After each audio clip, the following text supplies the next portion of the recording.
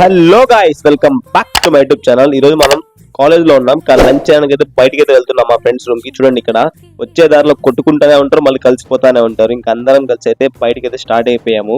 Actual గా వండుకుంటాం, so చూద్దాం వెళ్ళి బయట. ఇక్కడైతే ఇల్లు మ్యాగీ చేద్దామని డిసైడ్ అయ్యారు.